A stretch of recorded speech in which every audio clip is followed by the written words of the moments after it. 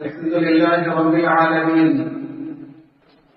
نحمده ونستعينه ونستغفره ونعوذ بالله من شرور أنفسنا ومن سيئات أعمالنا من يهده الله فلا مضل له ومن يضلل فلا هادي له وأشهد أن لا إله إلا الله وحده لا شريك له وأشهد أن محمدا عبده ورسوله صلى الله وسلم وبارك عليه وعلى آله وأصحابه ومن اهتدى بهداهم إلى يوم الدين أما بعد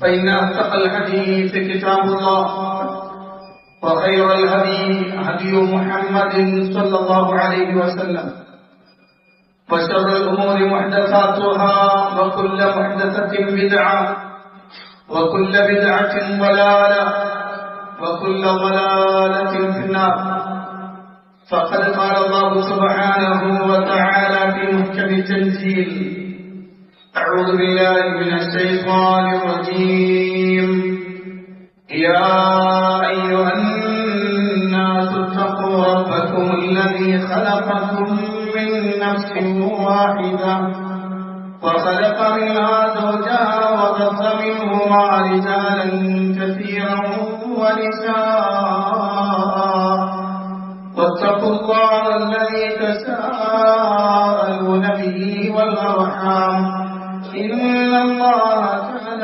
عليكم رقيبا يا أيها الذين آمنوا اتقوا الله وقولوا قولا سديدا يصلح لكم أعمالكم ويغفر لكم ذنوبكم ومن يطع الله ورسوله فقد فاز فوزا عظيما يا أيها الذين آمنوا اتقوا الله حق تقاته ولا تموتن إلا وأنتم مسلمون.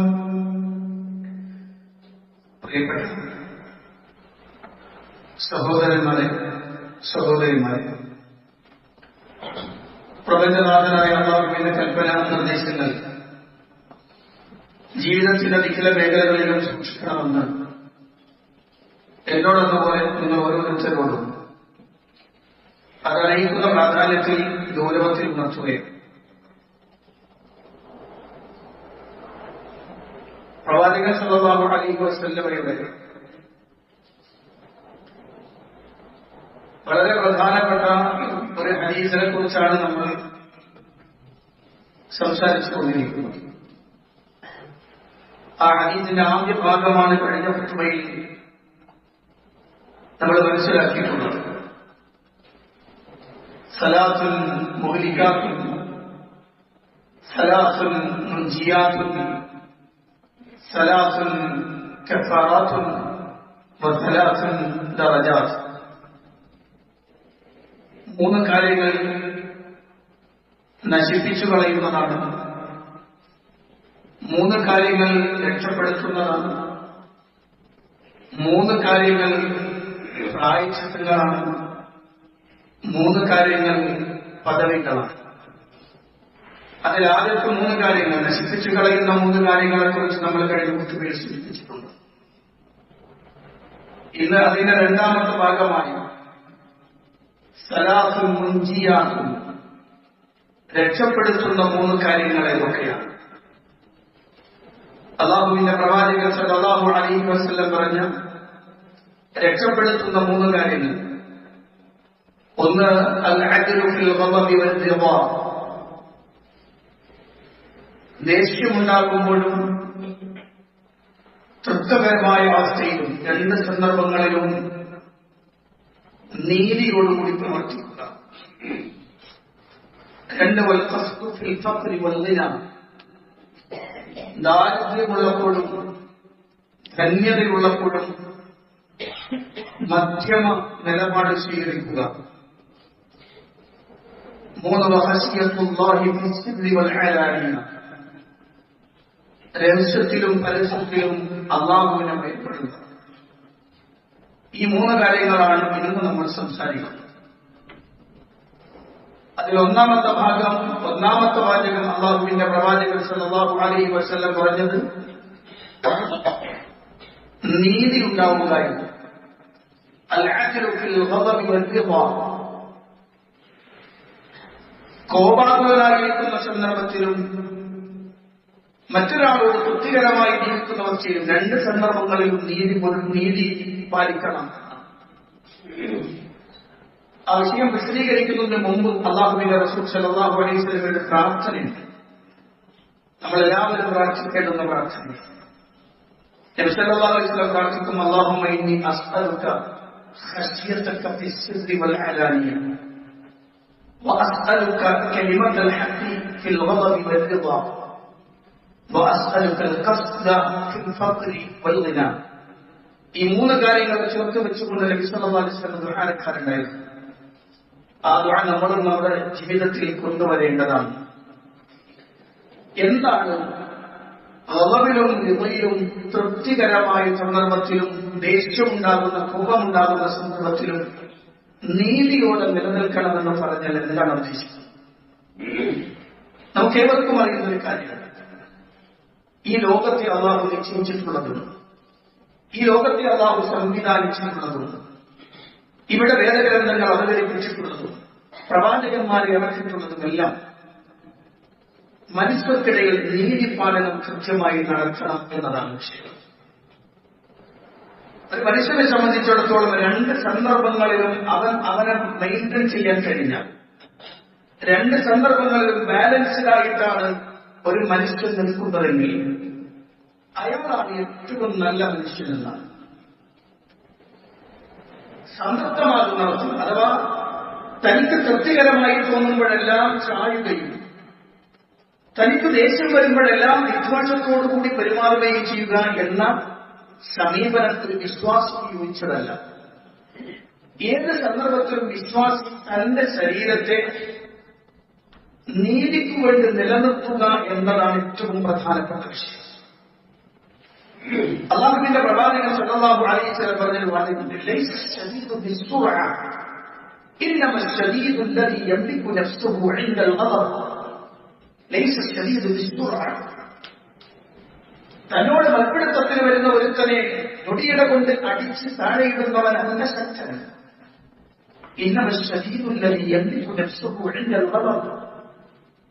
തനിക്ക് ദേഷ്യം വരുന്ന സന്ദർഭത്തിൽ തന്റെ ശരീരത്തെ നിയന്ത്രിച്ചു നിർത്താൻ കഴിയുന്നവനാരാണ്? അയാളാണ് ശക്തൻ.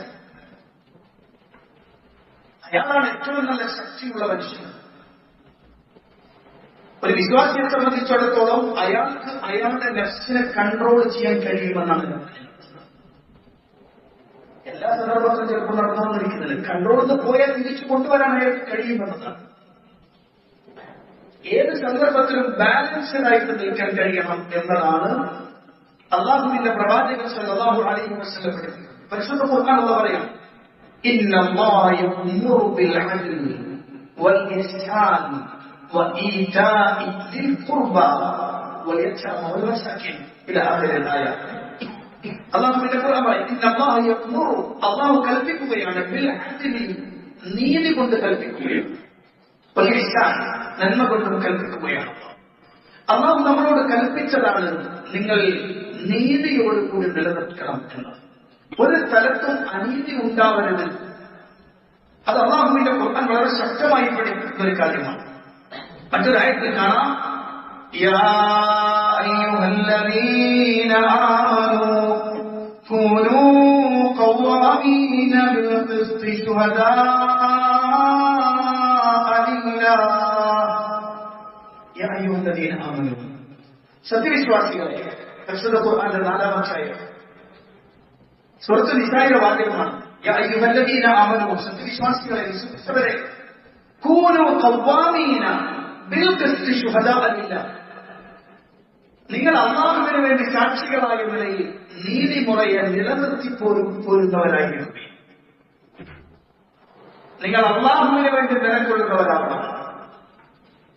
അല്ലാഹുവിന്റെ സാക്ഷികളായി നീതിക്ക് നിലനിൽക്കണം. വേറെ ആയത്തിൽ യാ അയ്യുഹല്ലദീന ആമനൂ, നിങ്ങൾ നീതി പുലർത്തണമെന്ന് പറയുന്നിടത്ത് അവിടെ ഖവ്വാമീന ലില്ലാഹി ശുഹദാ ബിൽ ഖിസ്ത് എന്ന് വേറെ രൂപത്തിൽ കാണാം ആയത്.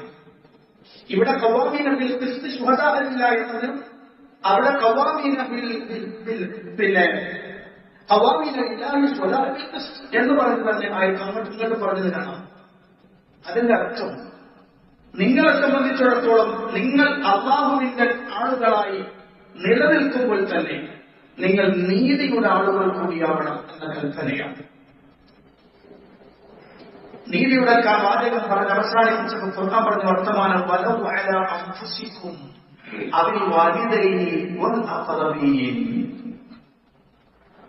നിങ്ങൾ അഭിമുഖീകരിക്കുന്ന കേസിൽ നിങ്ങളുടെ എതിർവശത്ത് നിൽക്കുന്നയാൾ നിങ്ങളുടെ പിതാവാണ്, മാതാവാണ്, നിങ്ങളുടെ മാതാപിതാക്കളാണ്, അല്ലെങ്കിൽ നിങ്ങളുടെ അടുത്ത കുടുംബക്കാരാണ്, അല്ലെങ്കിൽ നിങ്ങൾ തന്നെയുമാണ് എങ്കിലും നിങ്ങൾ നീതിയോടുകൂടി നിൽക്കാൻ പാടില്ല. നിങ്ങൾ അനീതിയുടെ കൂടെ നിൽക്കാൻ പാടില്ല. നിങ്ങൾക്കെതിരാണെങ്കിലും ശരി നിങ്ങൾ നീതിയോടുകൂടി നിൽക്കണം. സത്യത്തിന്റെ കൂടെയാവണം നിങ്ങൾ. ഒരുപക്ഷെ നിങ്ങളുടെ ഇഷ്ടത്തിനും മനുഷ്യത്തിനും വിഷയമല്ല അവിടെ. ഏത് സന്ദർഭത്തിലും അങ്ങനെ നിൽക്കാൻ കഴിയണം എന്ന് അല്ലാഹുവിന്റെ ഖുർആൻ പ്രവാചകൻ സല്ലല്ലാഹു അലൈഹി വസല്ലമയോട് പറയാൻ അല്ലാഹു ആവശ്യപ്പെട്ടത് നിങ്ങൾക്കിടയിൽ നീതി പാലിക്കുവാൻ ഞാൻ കൽപ്പിക്കപ്പെട്ടിരിക്കുന്നു എന്നാണ്. ഇവിടെ വലിയ ഗൗരവത്തിൽ ശ്രദ്ധിക്കേണ്ട ഒരു കാര്യമുണ്ട്. പലപ്പോഴും നമ്മളൊക്കെ സെൽഫിഷുകളായി മാറും. നമ്മൾ, നമ്മുടെ കുടുംബം, നമ്മുടെ സമൂഹം, നമ്മുടെ പാർട്ടി, നമ്മുടെ ഗ്രൂപ്പ്, നമ്മുടെ സംഘടന, നമ്മളുമായി ബന്ധപ്പെടുന്നത് അവിടെ അനീതി അവിടെ ഉണ്ടെങ്കിലും ശരി നമ്മൾ അഡ്ജസ്റ്റ് ചെയ്യും. അത് പ്രശ്നമല്ല. നമ്മളാണല്ലേ, നമ്മുടെ കൂടെയുള്ള ആളല്ലേ. അല്ല, അതൊരിക്കലും ഉണ്ടാവാൻ പാടില്ല. ഒരു വിശ്വാസികളും ഉണ്ടാവാൻ പാടില്ലാത്ത കാര്യമാണ്. എവിടെയാണെങ്കിലും നീതി എവിടെയാണോ അവിടെയാണ് അവൻ നിലകൊള്ളേണ്ടത്. നിങ്ങൾ നീതിക്ക് വേണ്ടി നിലകൊള്ളുന്നവരാവണം എന്ന് അല്ലാഹുവിന്റെ ഖുർആൻ അല്ലാഹു പഠിപ്പിക്കുന്നു. മറ്റൊരായത്തിൽ കാണാം വൈദാ ഖുൽതും ഫഅദിലു വലൗ കാന ദാ ഖുർബാ. വൈദാ ഖുൽതും നിങ്ങൾ സംസാരിക്കുകയാണെങ്കിൽ ഫഅദിലു നിങ്ങൾ നീതി പാലിക്കണം. നിങ്ങൾ നീതിയോടുകൂടിയേ സംസാരിക്കാൻ പാടുള്ളൂ. വലൗ കാന ദാ ഖുർബാ അടുത്ത കുടുംബമാണെങ്കിലും ശരി, ഏറ്റവും അടുത്ത കുടുംബമാണെങ്കിലും ശരി, നിങ്ങളുടെ സംസാരങ്ങളിൽ നീതി ഉണ്ടാവണം എന്ന് അല്ലാഹുവിന്റെ ഖുർആൻ പഠിപ്പിക്കുകയാണ്. എന്തുകൊണ്ടാണ്? ഇതാണ് അല്ലാഹു റസൂൽ പറഞ്ഞപ്പോൾ അദ്ലു ഫിൽ ഗളബി വദ്ദിദാ. രണ്ട് സന്ദർഭത്തിലും നീതി വേണം. ദേഷ്യപ്പെട്ടിരിക്കുന്ന സന്ദർഭത്തിലും അനീതി പ്രവർത്തിക്കരുത്, ദേഷ്യമില്ലാത്ത സന്ദർഭത്തിലും അനീതി പ്രവർത്തിക്കരുത്. ഒന്ന് ചായലാണെങ്കിൽ മറ്റൊന്ന് വെറുപ്പോടു കൂടിയുള്ള പ്രതിക്രിയയായിരിക്കും അല്ലെങ്കിൽ പ്രതികാരമായിരിക്കും വരിക. രണ്ട് സ്ഥലത്തും നിങ്ങൾ അതിന്റെ ആളുകളാവരുത്, നീതിയുടെ ആളുകളാവണം എന്നാണ്. നാളെ റബ്ബിന്റെ അടുത്ത് അർശിന്റെ തണൽ ലഭിക്കുന്ന അല്ലാഹുവിന്റെ തണലല്ലാതെ ഒരു തണലുമില്ലാത്ത സന്ദർഭത്തിൽ 7 വിഭാഗം ആളുകൾക്ക് തണൽ ലഭിക്കുമെന്ന് പറഞ്ഞപ്പോ അതിൽ ഒന്നാമതായി അല്ലാഹുവിന്റെ റസൂൽ എണ്ണിയത് ഇമാമുൽ ആദിലുൻ എന്നാണ്. നീതിമാനായ ഭരണാധികാരി. ആ പദം കേൾക്കുമ്പോൾ നമ്മൾക്ക് വിചാരിക്കുന്നത് എന്താണെന്ന് വെച്ചാല് അത് നാട് ഭരിക്കുന്ന ഒരാളെ കുറിച്ചല്ലേ പറഞ്ഞതെന്ന്. അതാണ് എന്റെ വിഷയം. അതാണ് അതായത് ഏറ്റവും മുക്തമായ ഭാഗം അതാണ്. പക്ഷെ നമ്മളെല്ലാവരും ഭരണകർത്താക്കളാണ്. പലപ്പോഴും പല സന്ദർഭങ്ങളിൽ നമ്മൾ ഭരണകർത്താക്കളാണ്. ചെറുതും വലുതുമായ ഗ്യാങ്ങിനെ നയിക്കുന്നവരാണ് നമ്മൾ. കുടുംബത്തിലാണെങ്കിൽ കുടുംബനാഥൻ എന്ന റോളിൽ അവരുടെ ഭരണകർത്താവാണ് നമ്മൾ. ഒരു സംഘടനയുടെ നേതാവാകുമ്പോൾ ആ സംഘടനയെ നയിക്കുന്ന നേതാവ് അതിന്റെ ഭരണാധികാരിയാണ്. ഒരു സമൂഹത്തിന്റെ മുന്നിൽ എഴുന്നേറ്റ് നിൽക്കുന്നയാൾ ഭരണാധികാരിയാണ്. ഇങ്ങനെ തുടങ്ങിയാൽ ഒരു മഹല്ല്, ഒരു ഗ്രാമം, ഒരു രാജ്യം, അങ്ങനെ തുടങ്ങുന്നതെല്ലാം മുന്നിൽ നിൽക്കുന്നയാൾ നീതിമാനായിരിക്കണം. അവിടെ നീതി നഷ്ടപ്പെട്ടാൽ ലോകം തന്നെ തകരാറിലാകുമെന്ന് അല്ലാഹുവിന്റെ ഖുർആൻ നിരന്തരമായ ചിന്തയാണ്. ഗൗരവമുള്ള ഒരു ചരിത്രമുണ്ട്. അല്ലാഹുവിന്റെ ഹബീബ് സല്ലല്ലാഹു അലൈഹി വസല്ലമയുടെ മുന്നിൽ ഒരു മുസ്ലിമും ഒരു ജൂതനും കടന്നു വരുന്ന സന്ദർഭമുണ്ട്. ഒരു ജൂതനാണ്, മറ്റൊരു മുസ്ലിമാണ്. അവർ തമ്മിലുള്ള ഒരു വിഷയമാണ്. ആ വിഷയത്തിന്റെ വിധിയാണ് പ്രവാചകന്റെ മുന്നിൽ. 2 ഭാഗവും കേട്ടപ്പോൾ നബി സല്ലല്ലാഹു അലൈഹി വസല്ലമ അവിടുന്ന് തീർപ്പ് കൽപ്പിക്കുന്നു, ന്യായം ജൂതന്റെ പക്ഷത്താകുന്നു. ന്യായം ജൂതന്റെ പക്ഷത്താണ് എന്ന് അല്ലാഹുവിന്റെ ഹബീബ് സല്ലല്ലാഹു അലൈഹി വസല്ലം വിധിക്കുകയാണ്. നമ്മളറിയണം ആരാണ് ജൂതൻ. മുസ്ലിമിന്റെ ഏറ്റവും ശക്തനായ ശത്രു എന്ന് പറയാവുന്ന ഏത് വിധേനയും പ്രവാചകനെ ഇല്ലാതെയാക്കാൻ വേണ്ടി കിണറ്റ് പരിശ്രമിച്ചുകൊണ്ടിരിക്കുന്ന ആളുകളുടെ കൂട്ടത്തിൽ ഒരാൾ. മുസ്ലിം ശത്രു എന്ന പേരിൽ അറിയപ്പെടുന്ന ഒരാൾക്ക് വേണ്ടി തന്റെ കൂട്ടത്തിൽപ്പെട്ട ഒരാളും അയാളും തമ്മിൽ തർക്കത്തിലായാൽ ഇക്കാലഘട്ടത്തിലാണെങ്കിൽ നമ്മൾ പലപ്പോഴും എന്താ ചെയ്യണം? നമ്മുടെ കൂട്ടത്തിലുള്ള ആൾക്കാർ വിധിക്കുള്ളൂ.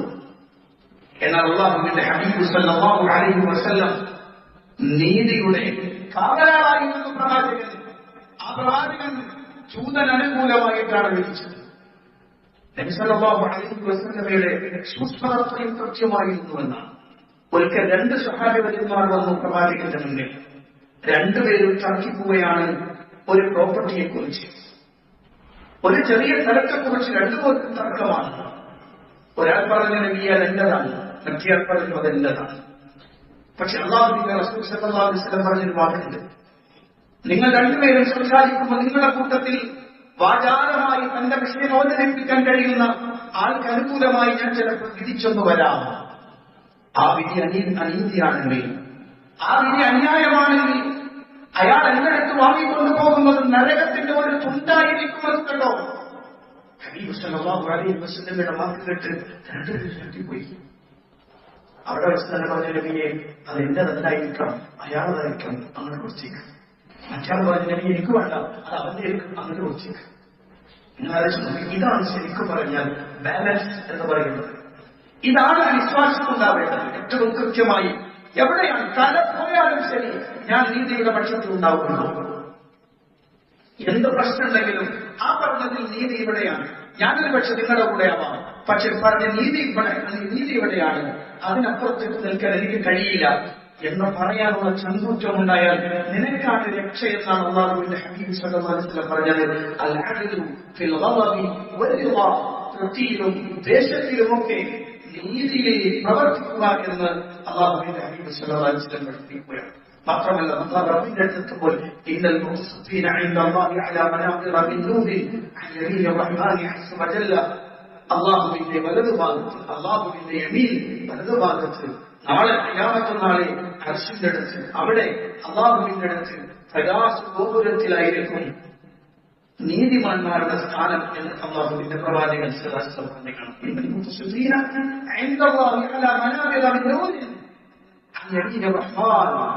അല്ലാഹുവിന്റെ വലതുഭാഗത്തായിരിക്കും അവരുടെ സ്ഥാനമുണ്ടാവുക എന്ന് അല്ലാഹുവിന്റെ പ്രവാചകൻ സല്ലല്ലാഹു അലൈഹി വസല്ലം പഠിപ്പിക്കുകയാണ്. അതുകൊണ്ട് പ്രിയപ്പെട്ടവരെ, ജീവിതത്തിൽ എവിടെയാണെങ്കിലും ഏത് സന്ദർഭത്തിലാണെങ്കിലും ഇത് കഴിയുന്നു നഷ്ടപ്പെടാതിരിക്കാൻ ശ്രദ്ധിക്കണം.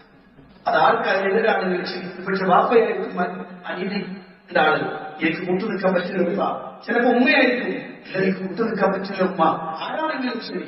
അത് ഏറ്റവും അടുത്ത വാപ്പയോ ഉമ്മയോ കുടുംബമോ സമൂഹമോ സംഘടനയോ പാർട്ടിയോ ഗ്രൂപ്പോ നമ്മുടെ ആളുകളോ ഒന്നും വിഷയമല്ല. അവിടെ ഏറ്റവും പ്രധാനം നീതിയാണ്. നീതി എവിടെയാണോ അവിടെ നിൽക്കുക, അതാണ് രക്ഷിക്കുന്ന മാർഗം. രണ്ടാമത്തെ റസൂലുള്ളാഹി സ്വല്ലല്ലാഹു അലൈഹി വസല്ലം പഠിപ്പിച്ചു തന്ന വിഷയം, രണ്ടാമത്തെ വിഷയം നബി സല്ലല്ലാഹു അലൈഹി വസല്ലം പറയുന്നു, നിങ്ങൾ ജീവിതത്തിൽ നിങ്ങൾക്ക് കിട്ടുന്ന സമ്പത്ത് അത് നിങ്ങൾക്ക് ധനമുള്ളപ്പോഴാവട്ടെ ഇല്ലാത്തപ്പോഴാവട്ടെ രണ്ട് സന്ദർഭങ്ങളിലും നിങ്ങൾ മിതത്വം പാലിക്കണം. ഒരു മധ്യമ നിലപാടിലായിരിക്കണം ജീവിക്കേണ്ടത്. രണ്ട് സന്ദർഭങ്ങളിൽ ദാരിദ്ര്യമുള്ളപ്പോൾ അയാൾ ധനികനെ പോലെ പ്രവർത്തിക്കാൻ പാടില്ല, ധനമുള്ളപ്പോൾ അങ്ങേയറ്റത്തെ ധാരാളിത്തത്തിലേക്ക് പോകാനും പാടില്ല. രണ്ട് സന്ദർഭത്തിലും മധ്യമ നിലപാട് സ്വീകരിക്കണം. ധന്യതയുടെ സന്ദർഭത്തിലും ദാരിദ്ര്യത്തിന്റെ സന്ദർഭത്തിലും നിങ്ങൾ കൃത്യമായി മധ്യമ നിലപാട് സ്വീകരിക്കണം എന്ന് അല്ലാഹുവിന്റെ പ്രവാചകൻ സല്ലല്ലാഹു അലൈഹി വസല്ലം പഠിപ്പിക്കുകയാണ്. ഇന്ന് നിങ്ങൾ അറിയുന്നു പ്രിയപ്പെട്ടവരെ, മിക്കവാറും എല്ലാ കേസുകളിലും നമ്മൾ കാണുന്നത് ഇടനിലക്കാരൻ വലിയ വലിയ സമ്പന്നന്മാരെ പോലെ ആകാനുള്ള ശ്രമം നടക്കുന്നു. ഒരു കല്യാണം വന്നാൽ എന്തൊക്കെയാണ് ചെയ്തു കൂട്ടേണ്ടെന്ന് അറിയാത്ത രൂപത്തിൽ കടം വാഴിച്ചും അങ്ങനെയെടുത്തും ഇങ്ങനെയെടുത്തുമൊക്കെ എന്തിനാണ് ഇത്ര കഷ്ടപ്പെടുന്നത്? ഒരു വീട് വെക്കണമെങ്കിൽ അത്യാവശ്യ രൂപത്തിൽ ജീവിക്കാനുള്ള വീടിന് പകരമായി വലിയ സങ്കല്പത്തിൽ വമ്പൻ വീടുകൾ ഉണ്ടാക്കി കടബാധ്യതയിലേക്ക് കുടുങ്ങിപ്പോകുന്നത് എന്തിനാണ്? ജീവിതത്തിൽ അല്ലാഹു നമുക്ക് നൽകിയതനുസരിച്ച് മധ്യമ നിലവാരം സ്വീകരിക്കാൻ തയ്യാറായത് ജീവിതം നല്ല സംതൃപ്തമാണ്. ഏറ്റവും നല്ല ഭംഗിയോടുകൂടി നമുക്ക് മുന്നോട്ട് പോകാൻ കഴിയും. അള്ളാഹുവിന്റെ പ്രവാചകൻ പറഞ്ഞത്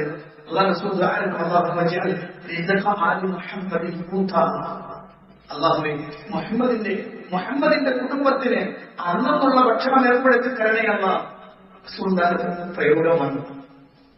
ജീവിതത്തിൽ അന്നു കിട്ടാനുള്ള ഒരു ഭക്ഷണം കിട്ടിയാൽ എന്തും ലഭിച്ച് ഏറ്റവും വലിയ ദുനിയാവ് ലഭിച്ചവരെ പോലെയാണ്. കുറെ സമ്പത്തുണ്ടായിട്ടും മര്യാദക്കും സമാധാനത്തോടെ ജീവിക്കാൻ കഴിയാതിരിക്കുന്നതിനേക്കാൾ നല്ലത് അല്പം മാത്രമുള്ളപ്പോൾ സംതൃപ്തമായി മുന്നോട്ട് പോകാൻ കഴിക്കുന്നതല്ലേ? അള്ളാഹുവിന്റെ ഖുർആൻ പറഞ്ഞൊരു വാചകമുണ്ട്, ولا تجعل يدك مغلولة إلى عنقك ولا تبسطها كل البسط فتقعد ملوما محسورا. ഖുർആൻ പറയുന്നു, ولا تجعل يدك مغلولة إلى عنقك, നീ നിന്റെ കൈകളെ പിരടിയിലേക്ക് ഇങ്ങനെ ചേർത്ത് വെച്ച് കെട്ടരുത്. ولا تبسطها كل البسط, ഇങ്ങനെ നിവർത്തി വെക്കുകയും ചെയ്യരുത് എന്നാണ് പറഞ്ഞതിനർത്ഥം. കിട്ടിയതിൽ നിന്ന് ഒന്നും ചെലവാക്കാതെ ഇങ്ങനെ പിടിച്ചു വെക്കരുത്. ഞാൻ കഴിഞ്ഞ ദിവസം സൂചിപ്പിച്ചിട്ടുണ്ടല്ലോ. എന്നാൽ കിട്ടിയതൊക്കെ അടിച്ച് പൊളിച്ചങ്ങനെ ജീവിക്കാം വേണ്ട, അതും പാടില്ല. അങ്ങനെ വന്നാൽ നീ ആക്ഷേപിക്കപ്പെടുന്നവനാണ്, നീ പരവശനാക്കപ്പെടും, അന്തം വിട്ടന്താണിച്ച് നിൽക്കുന്ന ഒരവസ്ഥ ഉണ്ടായിത്തീരുന്നു. അതുകൊണ്ട് കരുതിയാണ് വളരെ കൃത്യതയോടുകൂടി പെരുമാറുന്നത്. സമ്പത്ത് എന്ന് പറയുന്നത് അള്ളാഹു നമുക്ക് നൽകുന്ന ജീവിതത്തിന്റെ നിലനിൽപ്പിന് ആധാരമായ വിഷയമാണ്.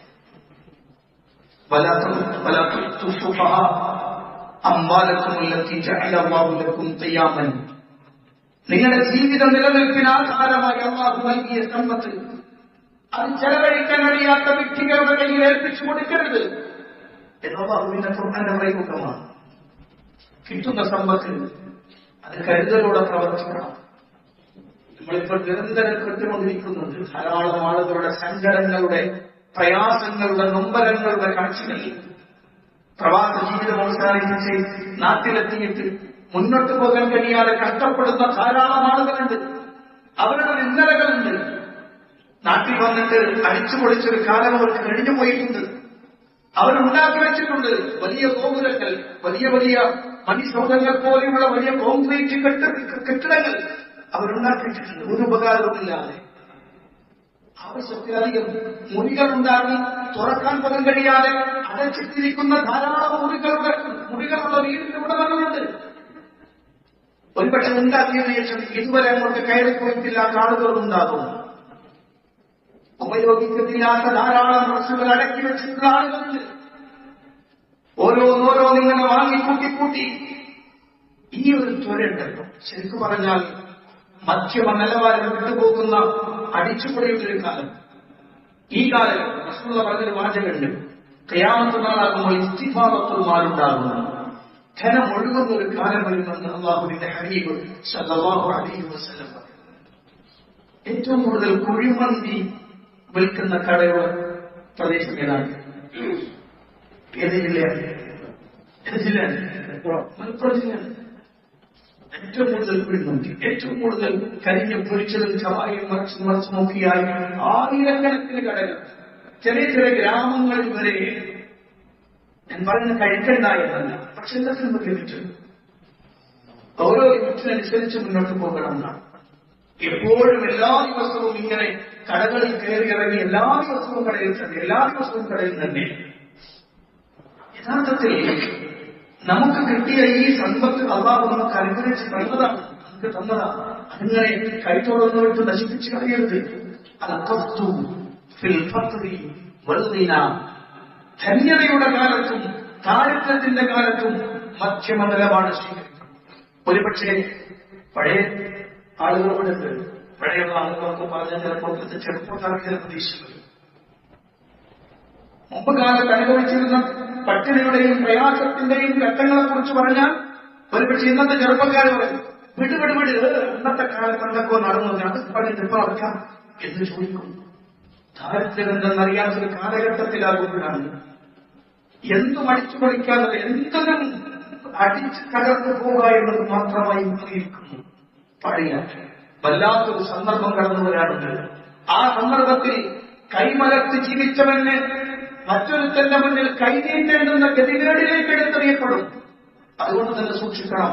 അല്ലാഹുവിന്റെ ഖുർആൻ പറഞ്ഞു, വല്ലദീന ഇദാ അൻഫഖൂ ലം യുസ്രിഫൂ വലം യഖ്തുറൂ വകാന ബൈന ദാലിക ഖവാമാ. അവർ ചെലവഴിച്ചാൽ അമിതവ്യയം ചെയ്യുകയുമില്ല. മാത്രമല്ല അവർ ചെലവഴിക്കാതെ പിടിച്ചു കൂട്ടി കൊടുക്കുകയില്ല. വകാന ബൈന ദാലിക ഖവാമാ. അതിനിടയിലുള്ള ഒരു മധ്യമ നിലപാട് അതായിരിക്കും അവർക്കുണ്ടാവുക. സത്യവിശ്വാസികൾ ചെയ്യുന്നതാണ്. അതുകൊണ്ട് പ്രിയപ്പെട്ടവരെ, ജീവിതത്തിൽ രക്ഷപ്പെടണോ ഈ ബാധകൾ നമ്മുടെ നെഞ്ചകത്തിൽ ചേർത്തു വെക്കണം.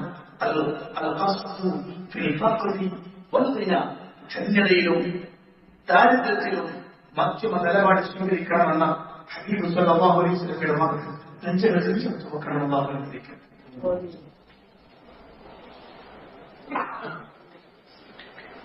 الحمد لله رب العالمين، الصلاة والسلام على أشرف الأنبياء والمرسلين نبينا الحبيب محمد صلى الله عليه وسلم وعلى آله وصحبه ومن تبعهم بإحسان إلى يوم الدين. أما بعد فاتقوا الله عباد الله. പ്രിയപ്പെട്ട വിശ്വാസികളെ, വിശ്വാസിനികൾ, അല്ലാഹുവിന്റെ കൽപ്പനകൾക്കനുസരിച്ച് ജീവിക്കാനുള്ള ഒരിക്കൽ കൂടി എന്നോടും നിങ്ങളോടും ഉണർത്തുകയാണ്. രക്ഷപ്പെടുന്ന 3 കാര്യങ്ങളിൽ മൂന്നാമത്തത്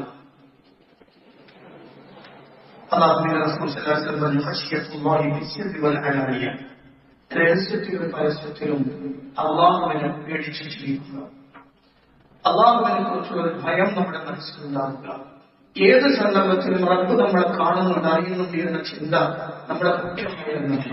അതെങ്ങനെയാണ് അറിയാതിരിക്കുക? അല്ലാഹു അറിയുകയില്ലേ? സൃഷ്ടിച്ചവന് സൃഷ്ടികളെ കുറിച്ച് അറിയില്ലേ? അവൻ അവൻ ഗൂഢമായി സൂക്ഷ്മമായി അറിയുന്നവനാണ്. എല്ലാം കൃത്യമായി അറിയുന്നവൻ. കണ്ണിന്റെ കട്ടുനോട്ടം അറിയുന്നവൻ, നെഞ്ചങ്ങളുടെ ഉള്ളിൽ സൂക്ഷിച്ചു വെച്ച് മറച്ചു വെച്ചിരിക്കുന്ന കാര്യങ്ങൾ അറിയുന്നവൻ.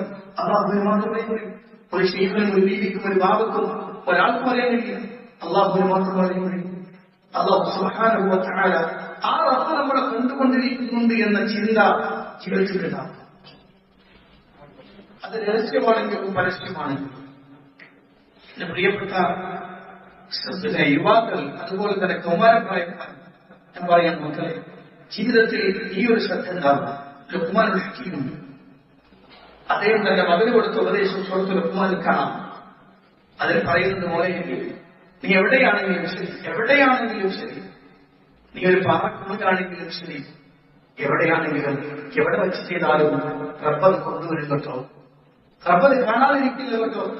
അതുകൊണ്ട് റബ്ബിനെ കുറിച്ചുള്ള ചിന്ത എപ്പോഴും ജീവിതത്തിൽ ഉണ്ടാവണം മോനെ എന്ന് വാപ്പ മകന് കൊടുക്കുന്ന ഉപദേശം പരിശുദ്ധ ഖുർആൻ നമുക്ക് കാണാൻ കഴിയുന്നുണ്ട്. ജീവിതത്തിൽ ഈ ഒരു സൂക്ഷ്മത നമുക്കുണ്ടെങ്കിൽ വളരെ ഭംഗിയാണ് നമ്മുടെ ജീവിതത്തിൽ.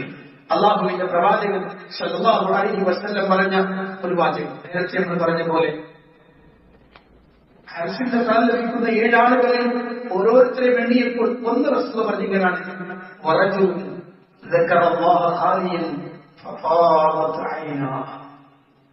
ഒരാൾ അയാളിങ്ങനെ അല്ലാഹുവിനെ കുറിച്ച് ചലിച്ചിരുന്നു കൊണ്ട് റബ്ബിനെ കുറിച്ച് ഓർത്തിട്ട് അയാളുടെ 2 കണ്ണുകളിൽ നിന്നും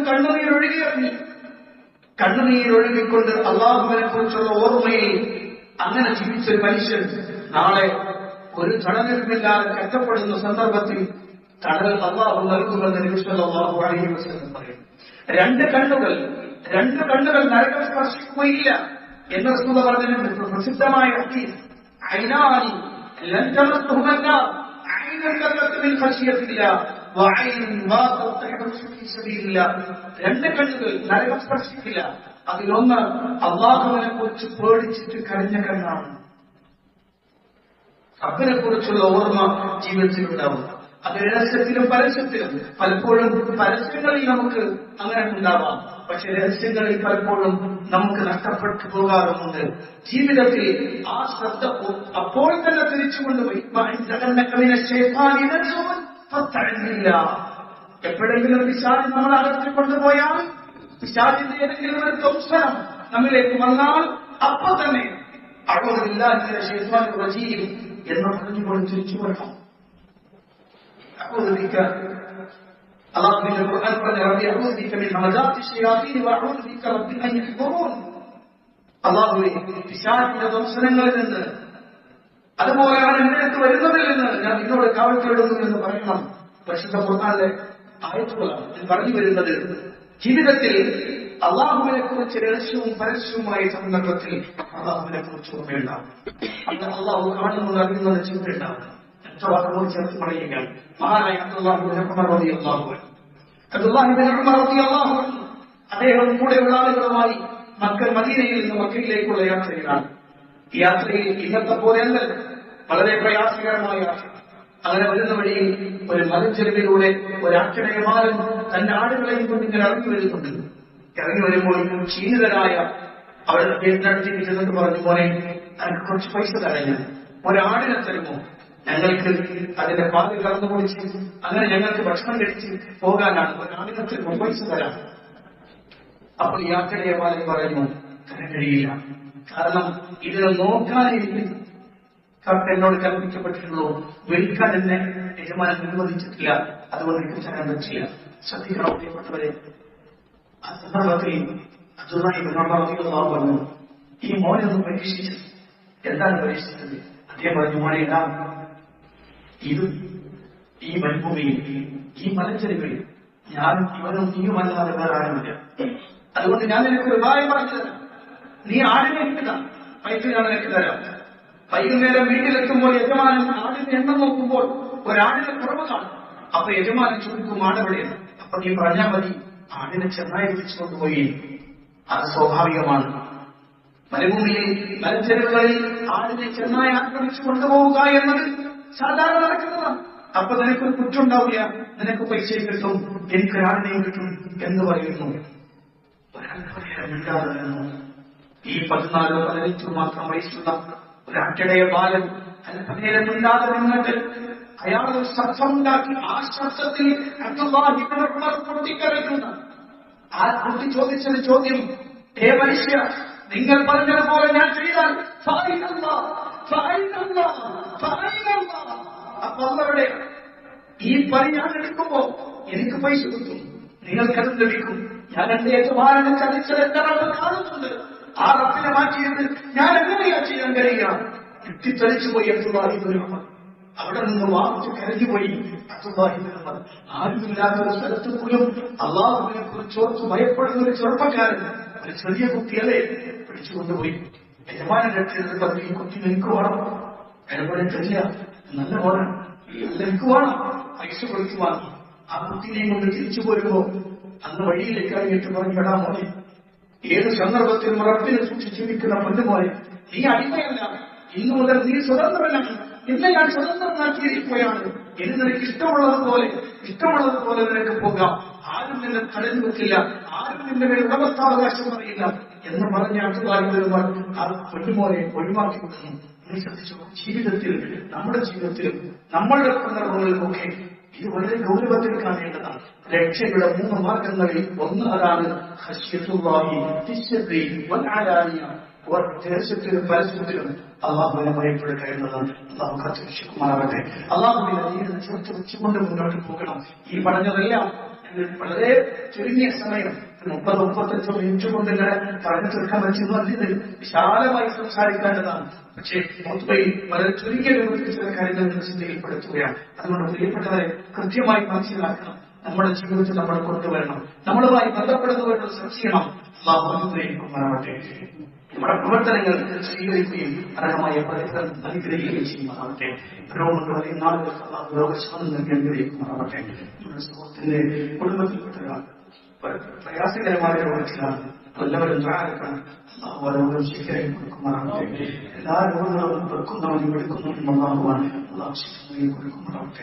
എല്ലാത്തരം മാരകമായ രോഗങ്ങളിൽ നിന്നും പകർച്ചവ്യാധികളിൽ നിന്നും പ്രയാസകരമായ അവസ്ഥകളിൽ നിന്നും അള്ളാഹു നമ്മളെല്ലാവരെയും കാത്തുരക്ഷിക്കുമാറാവട്ടെ. അള്ളാഹുവിന്റെ ദീനനുസരിച്ച് മുസ്ലിമായി മരിക്കണം നൽകുമാറാവട്ടെ. അള്ളാഹുവിന്റെ ദീനിലായി മുസ്ലിമായി എന്നതിന്റെ പേരിൽ പീഡിപ്പിക്കപ്പെടുന്ന നൂറുകണക്കിന് ആളുകൾ അള്ളാഹു അവർക്ക് സഹായം നൽകുകയും ചെയ്യുമാറാവട്ടെ. നിരന്തരം പ്രയാസം അനുഭവിച്ചുകൊണ്ടിരിക്കുന്ന ഫലസ്തീനിലെ നമ്മുടെ സഹോദരങ്ങൾക്ക് അള്ളാഹു സഹായം നൽകുമാറാവട്ടെ. അർഹമായ പ്രതിഫലം അള്ളാഹു അവർക്ക് നൽകുമാറാവട്ടെ. നാളെ അവർക്ക് പിടിച്ച് സ്വർഗ്ഗത്തിൽ ഒരുമിച്ച് കൂടാനുള്ള തൗഫീഖ് നൽകുമാറാവട്ടെ.